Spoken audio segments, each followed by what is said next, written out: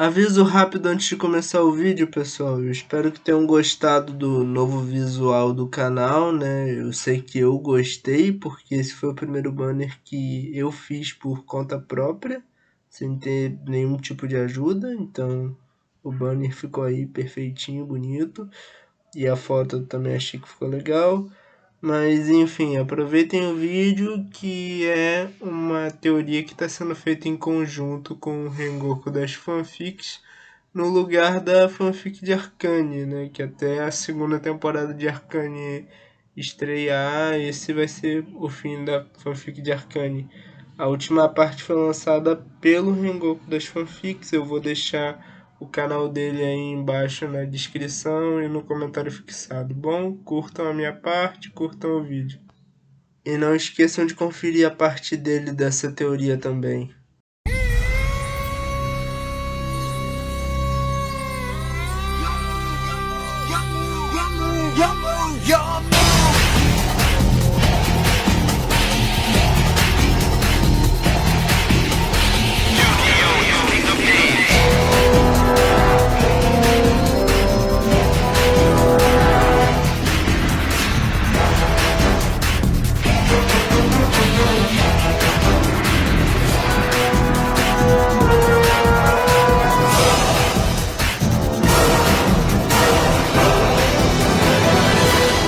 Capítulo 1. O duelista destinado aos guerreiros. Maria Yagami, uma mulher de 28 anos, filha de mãe americana e pai japonês, atual campeã americana de monstros de duelo depois de usurpar o título da anterior campeã Rebecca Hawking e atual caça-talentos das indústrias Ilusão, estava indo tirar férias. Quis tirar férias no Rio de Janeiro, pois achou que todo o trabalho de escritório a deixou muito pálida e queria pegar um bom sol tropical. Depois de se registrar em um hotel, foi até as praias das áreas turísticas da cidade. Os únicos materiais de trabalho que levou na viagem foram seu baralho e disco de duelo para o caso de encontrar um duelista interessante para desafiar, a alien de alguns cartões de visita, tudo dentro de sua bolsa. O sol era realmente intenso, envolvia todo o corpo com vestido com maio com um calor bem forte, mas ao mesmo tempo confortável. Chegava a lembrar um pouco seu arquétipo de monstro favorito que usava quase sempre. Maria observava o calçadão e entre as pessoas no calçadão caminhando, crianças brincando, vendedores, quiosques e várias outras coisas. Sua atenção foi capturada por um homem vendendo quadros perto de um quiosque. O sujeito parecia ter mais ou menos a mesma idade que ela. A duelista profissional se levantou da cadeira e foi até aquele vendedor que estava fazendo um retrato. Os quadros expostos eram de temas diferentes, retratos dos pontos turísticos do estado, como o Cristo Redentor, o Pão de Açúcar, retratos mais abstratos de paisagens e conforme chegou perto, viu o artista dando os toques finais no quadro para um cliente que era um jovem de uns 16 ou 17 anos com pele parda. Era um quadro do mesmo jovem de pele parda com seu disco de duelo no braço esquerdo e o braço direito estendido para chocar o punho com um monstro de duelo, especificamente o guerreiro guardião celta. Cliente: ficou incrível, cara, parece que você conseguiu ver ele ali do meu lado. Disse com extrema alegria enquanto apertava a mão do artista e logo dando seu pagamento. Maria, em inglês: é incrível mesmo, até hipnótico. Artista, em inglês: desculpe, eu não falo muito inglês. Mente de Maria: isso é um problema. Pensou enquanto pegava um cartão de visita e entregava para o artista. No momento da entrega, o artista, um homem de pele branca, com barba e cabelo um tanto desarrumados, camiseta verde clara e sunga vermelha, viu o espírito das cartas do arquétipo luminoso que a moça carregava. Artista, em inglês: você é uma duelista? Espera, é a campeã americana? Todos que ouviram ficaram surpresos e começaram a se aglomerar numa pequena multidão. Maria, em inglês: se sou eu, seu trabalho é bom, me liga, negócios. Logo a campeã saiu de cena e o artista. Logo, entendendo medianamente bem o que campeã quis dizer, viu o cartão que estava em inglês: Indústrias Ilusão, contratos de trabalho, designer de cartas. Logo depois vinha um número de telefone. O cliente quase tão em choque quanto o artista, a Zinc pagou R$60, preço combinado devido ao tamanho da tela, a quantidade de material usado e a qualidade do produto final. Cliente: devia aproveitar essa chance, você tem talento sim cara. Disse para logo ir embora com seu novo quadro que pagou com gosto. O artista, depois de pensar um pouco, ligou para o número do cartão, sendo atendido por um escritório das Indústrias Ilusão. Felizmente tinha um atendimento em português e tudo foi esclarecido, com Carlos se candidatando a uma vaga de trabalho nas Indústrias Ilusão como designer de cartas, tendo 3 semanas para elaborar um portfólio. Depois de apresentar o portfólio na sede das Indústrias Ilusão dos Estados Unidos, poucos dias depois foi aceito no trabalho e a empresa, que até certo ponto havia se impressionado com o trabalho do portfólio, aceitou pagar um curso de inglês. Os primeiros dias foram difíceis, principalmente pela barreira do idioma, mas com o tempo essa questão ficou mais fácil. Carlos era muito bom na arte da ilustração, principalmente para desenhar cartas de campo e monstros humanoides, mas graças a que podia ver espíritos de duelo, odiava monstros demônio e alguns de atributo trevas, já que alguns o atormentaram até o início de sua vida adulta. Seus passatempos eram meditação, tiro esportivo e pilates, no qual se interessou graças a Maria, que regularmente passava pela sede americana das Indústrias Ilusão para fazer reportes e conferir alguns trabalhos de design mais experimentais. Cada vez mais eles se entendiam e se davam melhor, e aos poucos construíram um relacionamento sentimental que caminhava para um relacionamento amoroso. Pois com 1 ano e meio de serviços à empresa e visitas e conversas cada vez mais particulares, Carlos e Maria pensavam se casar em 2 meses.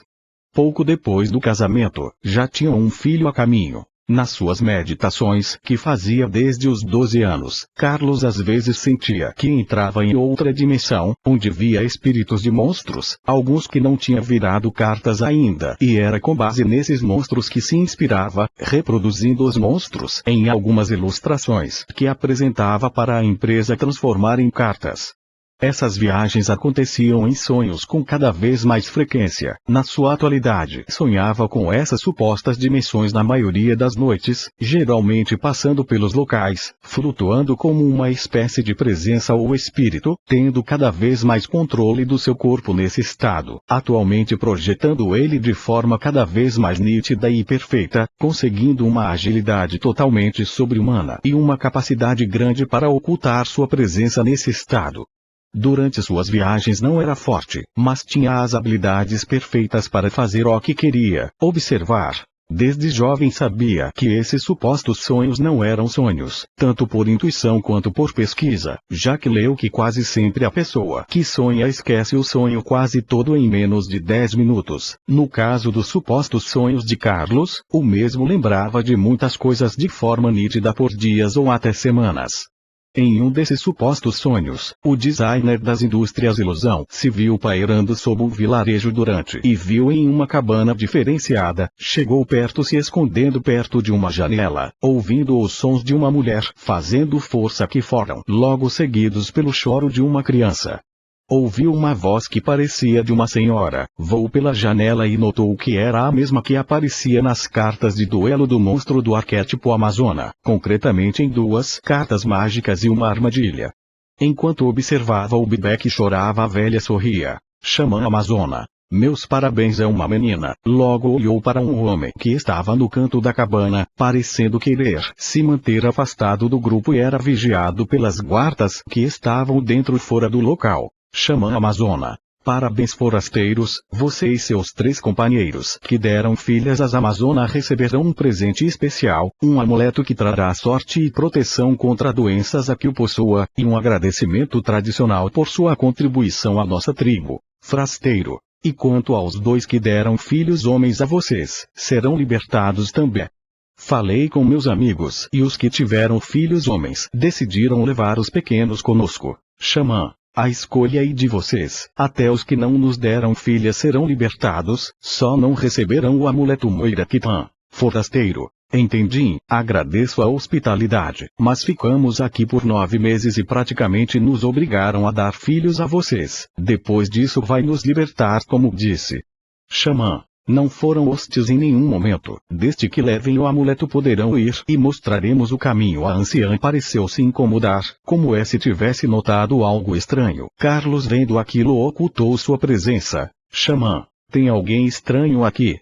Devem ser aqueles conquistadores.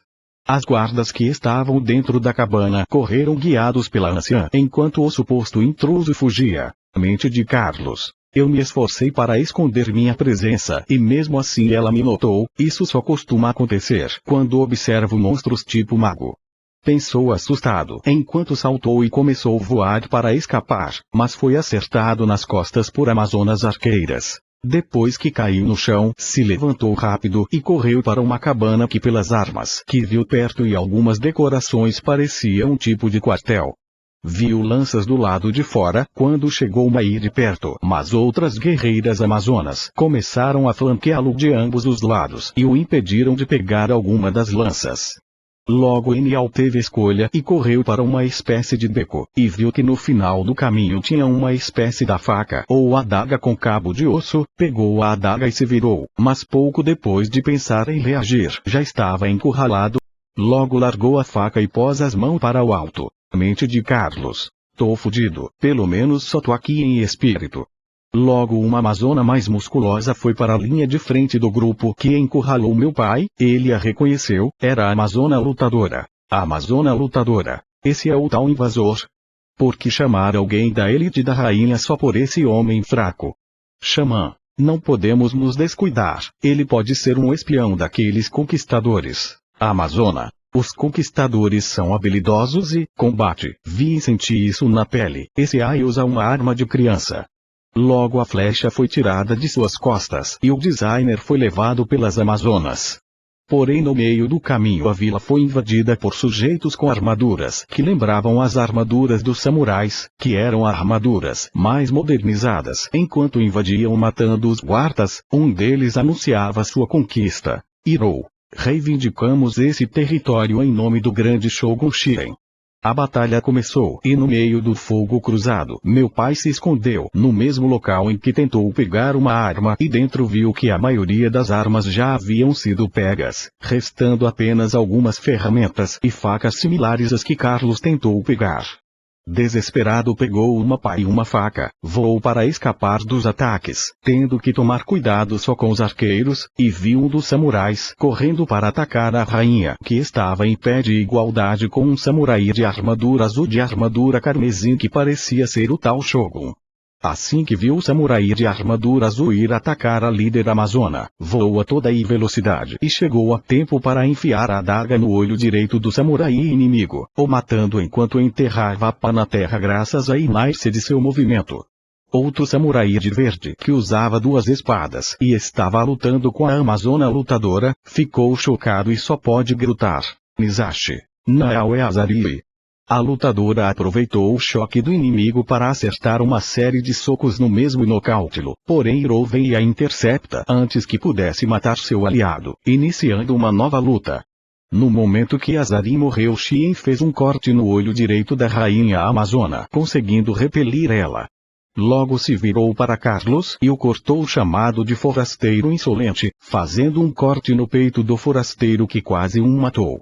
No momento do corte, Carlos se protegeu a pá com terra, mas não adiantou para parar o corte, apenas jogando terra nos olhos do inimigo no momento que a pá foi cortada, o que o cegou por alguns instantes. A rainha amazona com suas últimas forças e com o que restou do seu olho direito coberto de sangue, avançou no inimigo e cortou a perna do Shogun com sua espada, quase arrancando ela fora e logo deu um golpe, migrando no rosto do invasor. O Shogun de visão embaçada tentou se proteger, mas apesar de ter parado o impacto sua katana havia sido quebrada.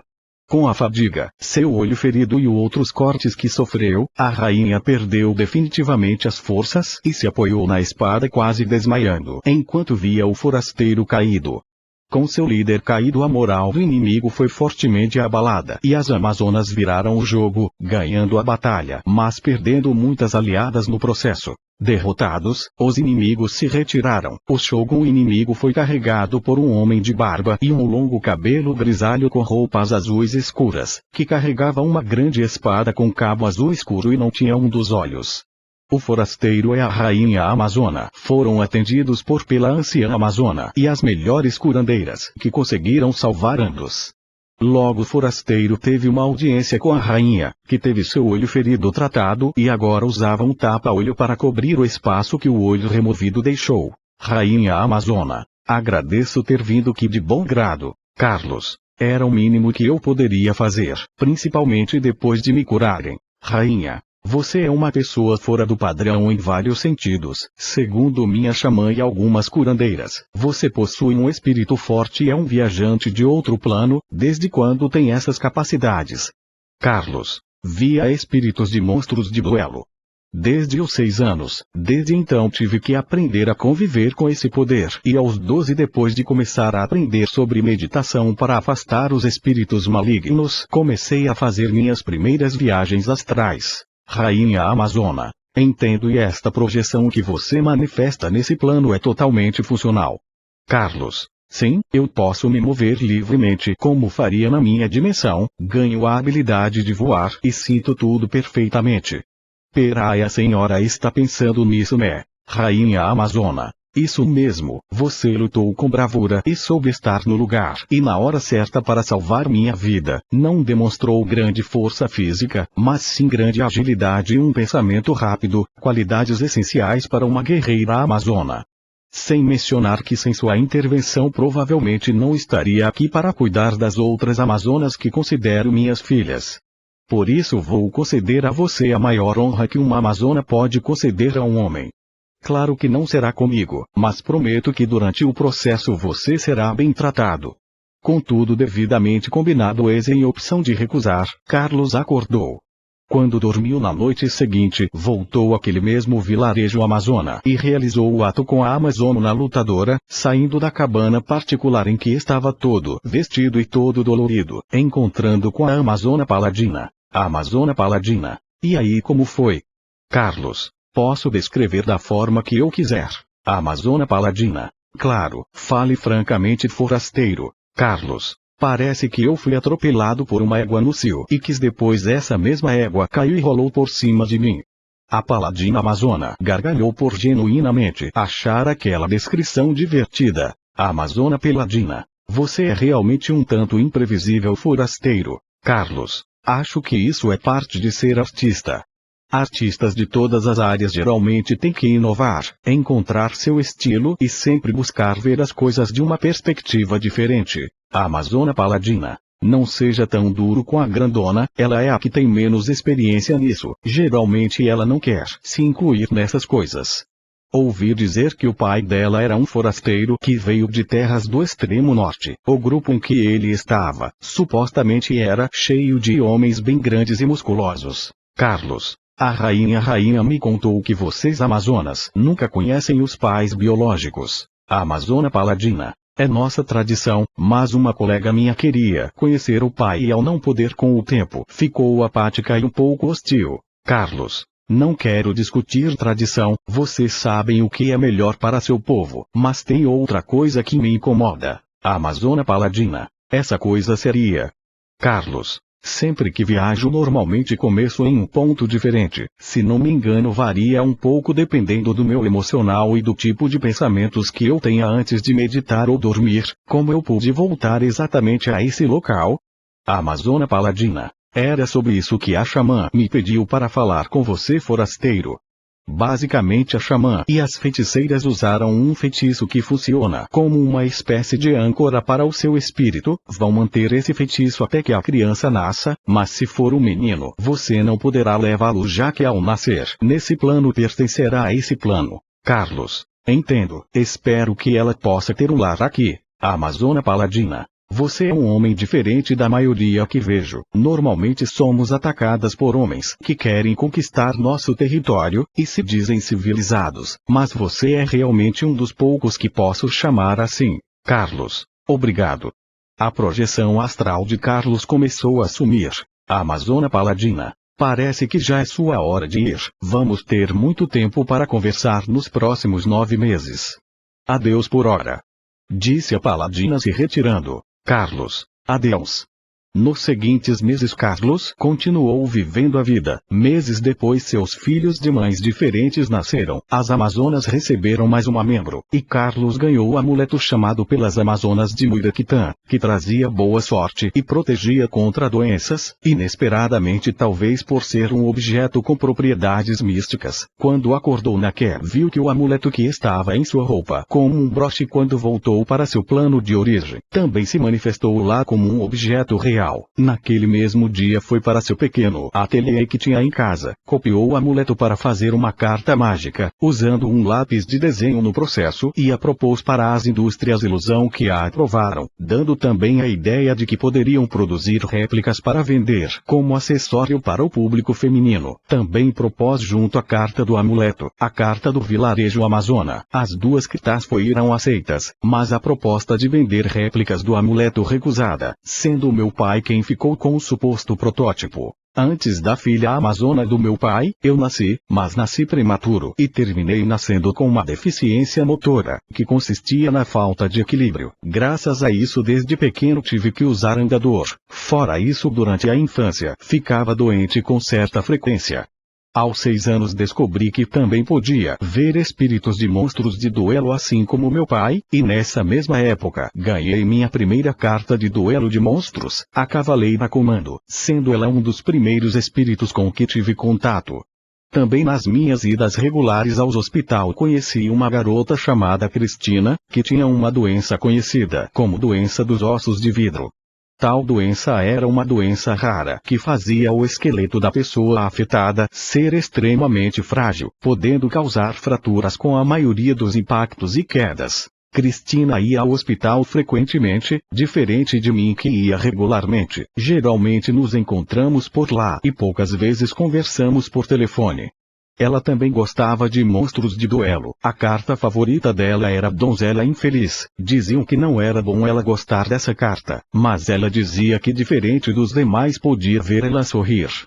Quando fiz 7 anos, meu pai e minha mãe me deram meu primeiro deck, um deck Amazona. Não reclamei, pois gostava de monstros tipo guerreiro sem importar se eram masculinos ou femininos. Tratei o meu novo deck com carinho, ouvindo a voz da paladina amazona poucas horas depois de receber o baralho. Meu deck incluía uma cópia da carta que meu pai fez inspirada no amuleto que ganhou e uma cópia do vilarejo amazona. Além dessas duas cartas, meu pai também tinha feito outras cartas mágicas e armadilhas para o arquétipo amazona, como o contra-ataque médio em que usou a imagem da amazona paladina e o chamado das amazonas entre outras. Meu pai me contava histórias sobre as aventuras dele no mundo dos espíritos, claro que com as devidas censuras e omissões. Enquanto isso minha mãe me dava muitas coisas interessantes para ler e estimular minha mente, e como forma de diversão me ajudava a montar e testar meus primeiros decks com meu pai sempre que tinha tempo livre. Meu pai Carlos continuou visitando as Amazonas, mas não tinha permissão para entrar no vilarejo, pois as Amazonas nunca conheceram seus pais biológicos, ou seja não poderia ter contato com sua filha Amazona. E em uma das visitas os samurais voltaram, mas dessa vez estavam sem o seu shogun que foi expulso por aparentemente enlouquecer devido à sua sede de poder e um suposto espírito demoníaco em sua alma.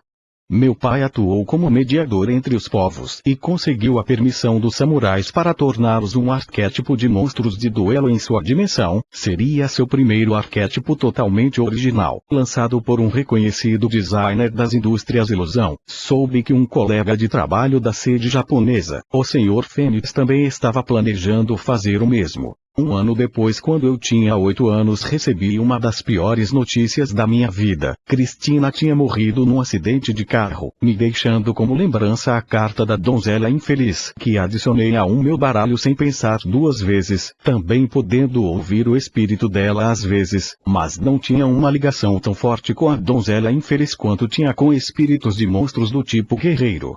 Em uma das vezes que falei com a donzela infeliz, ela confirmou que Cristina também podia ver espíritos assim como eu. Nessa mesma época, meu pai terminou todas as cartas do arquétipo 6 samurais, graças à ajuda de alguns assistentes que conseguiu ao longo do projeto e ao seu talento como artista e mediador. Não incluiu o grande shogun no deck a pedido dos próprios samurais que haviam expulsado seu antigo senhor que desde então estava desaparecido. Os filhos homens das Amazonas, quando recusados por seu pai biológico, eram entregues a Mizu, a irmã de Shien, única mulher dos 6 samurais, e irmã menor do antigo Shao, sendo os filhos homens das Amazonas recrutados e educados para servir ao exército dos samurais. Em troca desses filhos, rejeitados, as Amazonas recebiam armas que, ainda que mantivessem uma aparência mais tradicional e rudimentar, eram feitas de materiais mais avançados e resistentes, além de algumas montarias que antes geralmente conseguiam roubando elas dos invasores hostis que matavam. Essa modernização das armas tornou uma tribo de grandes guerreiras letais, uma tribo de guerreiras ainda mais poderosa. Durante todo o percurso, como mediador, sempre existiram certas tensões e atritos entre os dois povos. Isso causava muito estresse no meu pai, e em uma determinada noite, enquanto pensava nessas tensões, decidiu voar até o espaço.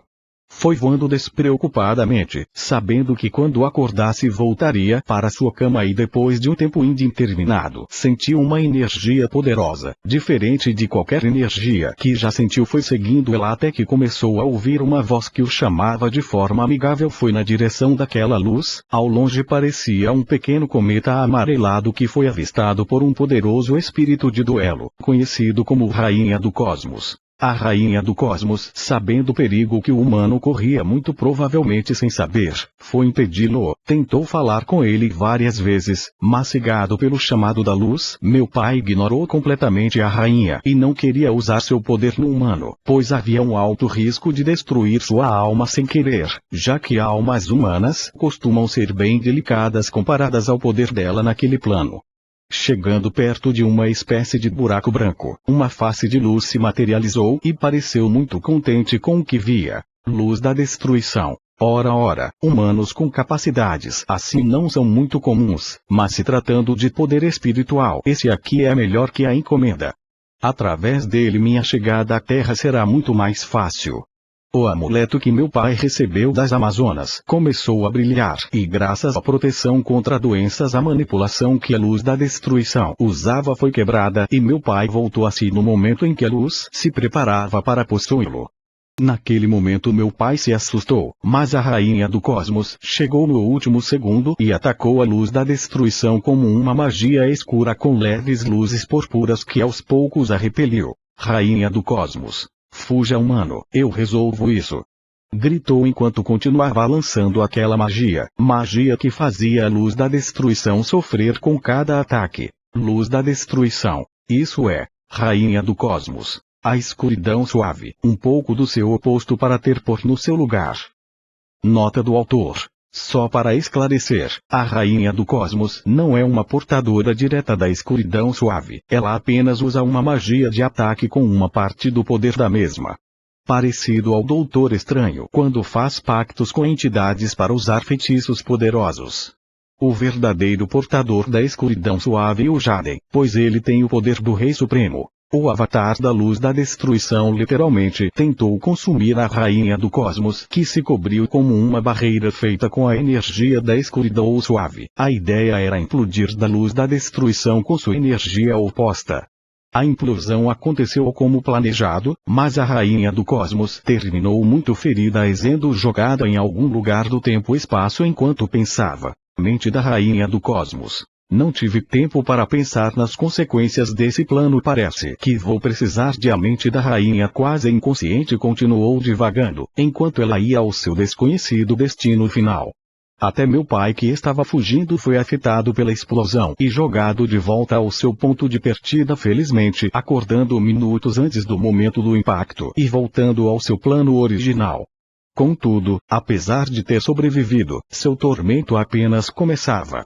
O avatar da luz da destruição, que havia sido repelida e ferida, mas não destruída, o atormentava em todos os momentos. Mal conseguia dormir com aquela voz da luz dizendo que poderia usá-lo como fantoche a qualquer momento, que estava muito mais próxima da nosso mundo do que a mente humana poderia entender, que era inevitável. O desespero e a angústia foi tanto que o pai de família foi afastado do trabalho, sendo obrigado a tirar férias com acompanhamento psiquiátrico obrigatório 3 vezes na semana, mas os tratamentos não funcionavam e as paranoias só aumentavam.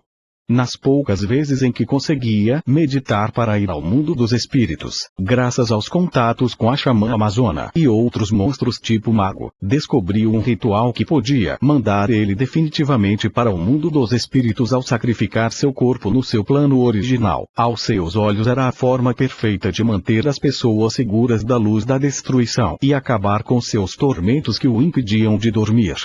Em uma madrugada escreveu um bilhete explicando que ia embora porque não suportava mais a loucura e os tormentos que sofria em sua mente. Preferia ser visto como um lunático que como um homem que traiu sua esposa e filho com outra mulher ou algo assim. Na carta também pediu para entregar o amuleto que recebeu das Amazonas para mim como herança e principalmente lembrança. Em um armazém abandonado em algum lugar da cidade, meu pai executou o ritual, sacrificando seu corpo que foi desintegrado para nunca ser encontrado, e sua alma foi definitivamente para o mundo dos espíritos, onde buscaram refúgio agora como parte daquele plano. Poucos dias que meu pai Carlos Oliveira Yagami sumiu, o Sr. Pegasus nos convidou para um jantar particular em homenagem a um de seus maiores designers e prometeu que quando eu entrasse na academia de duelos, receberia a primeira versão do deck 6 Samurais com acesso antecipado, já que todas as cartas e seus efeitos estavam muito bem guardados e organizados nos bancos de dados das indústrias Ilusão. Minha mãe buscou meu pai por anos, me deu o amuleto que eu também usava como um broche com orgulho. Pouco depois de fazer 15 anos, fui para o teste da academia de duelos com o amuleto Amazona, que usava quase sempre e a melhor versão que tinha do meu deck Amazona, que eu poli e aperfeiçoei com todo o meu esforço e dedicação e um pouco de ajuda dos espíritos das artes.